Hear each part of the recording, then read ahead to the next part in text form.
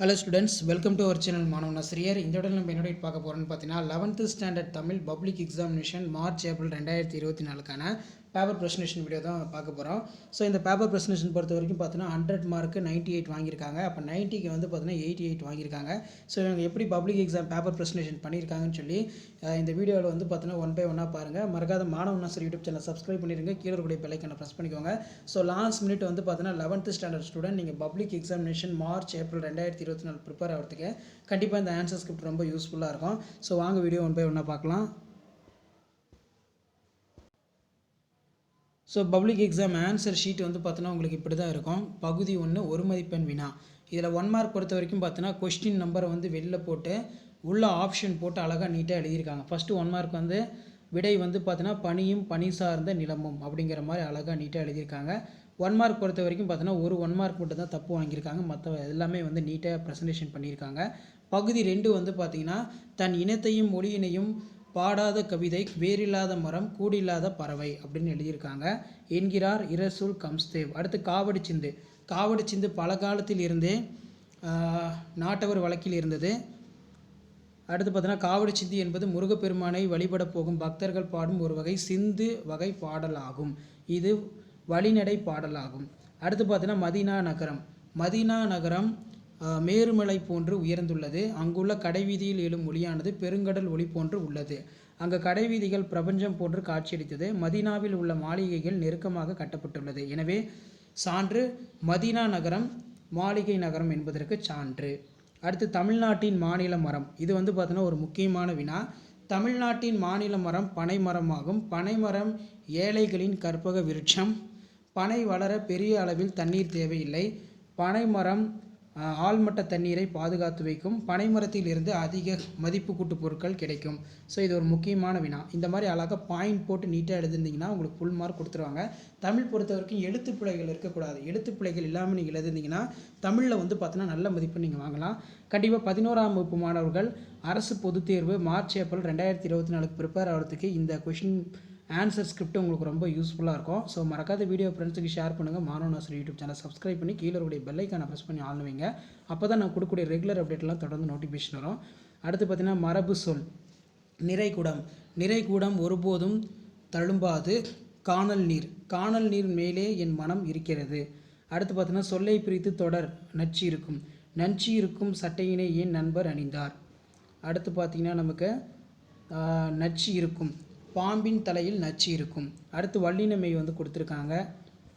மாங்குழி சொற்கள் கேட்டிருக்காங்க. ஸோ கண்டிப்பாக இந்த ஆன்சர் ஸ்கிரிப்டை வந்து நல்லா யூஸ் பண்ணிக்கோங்க. Last minute public exam prepare ஆகிறதுக்கு கண்டிப்பாக இந்த கவர்மெண்ட்டோட அஃபிஷியல் ஆன்சர் ஸ்கிரிப்ட் ரொம்ப யூஸ்ஃபுல்லாக இருக்கும். கலைச்சொல்லாக்கம்னா என்ன? கலைச்சொல்லாக்கம் என்பது பொருள் தெரியாத பிறமொழி சொற்களுக்கு தமிழ் முன்பே உள்ள சொற்களை அடையாளம் காட்டியுள்ளது அல்லது புது சொற்களை உருவாக்கி தருவதாகவும் பொருள் பொருத்தமுடையதாக இருத்தல் வேண்டும். அதான் கலைச்சொற்கள். ரொம்ப முக்கியமான வினா. அடுத்து நன்னூல்னா என்ன? நன்னூல்ங்கிறது பாயிரம் என்பது நூலாசிரியின் இயல்புகளையும் நூலின் இயல்பையும் தொகுத்து நூலின் முகப்பில் வைக்கப்படும் முறையினை பற்றி பேசுவதே பாயிரம் ஆகும். பாயிரம் இல்லையெனில் அது சிறந்த நூலாக கருதப்படாது. பாயிரம் 2 வகைப்படும். சிறப்பாயிரம், பொதுப்பாயிரம். நூலின் இயல்பு நூலாசிரியர் இயல்பு, மாணவர் இயல்பு, கற்கும் முறை, கற்பிக்கும் முறை பொதுப்பாயிரமாகும். நூலாசிரியர் பெயர், நூலின் பெயர், நூல் வழங்கப்பட்டுள்ள நிலப்பரப்பு.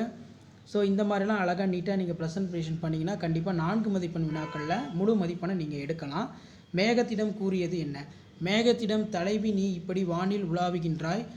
அறநெறி மிக்க அரசனின் போர்க்களத்தில் திறமை மிக்க வில்வீரன் சுழற்றும் வாள் போன்று மின்னுகிறாய். நாள்தோறும் இப்படி உலாவுகின்ற நீ சும்மாவா இல்லை மழை பொழிவாயா அப்படின்னு கொடுத்துருக்காங்க. கொற்றை மலரை அணிவித்து தோழியுடன் தட்டை தாளை போன்ற கருவிகளுடன் பறவைகளை ஒட்டிக்கொண்டு தாளை அணிவித்து. ஸோ இதுக்கும் பார்த்தீங்கன்னா 4 மதிப்பெண் முழுமையாக வாங்கியிருக்காங்க. இதில் பார்த்தீங்கன்னா இறைச்சி தமிழன் பெருமை அப்படிங்கிற மாதிரி ஒரு இது கொடுத்துருக்காங்க. பிரிவு 2ல் இந்த வேதி கலப்பில்லாத பூச்சிக்கொல்லி ரொம்ப ரொம்ப முக்கியமான வினா. வேதி கலப்பில்லாத பூச்சிக்கொல்லி நடைமுறைக்கு சாத்தியமே. வேதி கலப்பில்லாத பூச்சிக்கொல்லிகள் என்றால் இயற்கை வேளாண்மை. அதே மாதிரி வேதி கலப்பு பூச்சிக்கொல்லியின் மூலம் நமக்கு வயிற்றுப்புண், புற்றுநோய் போன்றவை வரும். இயற்கை வேதி கலப்பில்லாத உரம், புங்கன், அதே மாதிரி பிரண்டை, கற்றாழை போன்றவை அரைத்து தெளித்து வளர பூச்சி பிரச்சனைகளை இருக்காது. வேதி கலப்பு உரத்தால் மண்ணில் வாழும் நுண்ணுயிர்கள் அழிய வாய்ப்புண்டு. தொழு உரம் போன்றவற்றை பயன்படுத்தினால் மண் வளம் மேம்படும். அதேமாதிரி வேதி கலப்பில்லாத பூச்சிகள் மூலம் நம்ம விவசாயத்தை நம்மால் காக்க முடியும். இயற்கையே வெல்லும். ஸோ இந்த மாதிரி க்ளவுட்ஸ் போட்டு ஒரு நீதி மாதிரி நீங்கள் ஒவ்வொரு இதுக்கும் கொடுக்கலாம். தமிழ் இலக்கியங்கள். கல்வி கற்க பிரிந்து போதல் ஓதற்கு பிரிவு ஒருவருக்கு கல்வி மட்டுமே பெருமிதம் தரும் மாணவருக்கும் ஆசிரியர்களுக்கும் இலக்கணம் வழிவகுத்தது. தொல்காப்பியம்.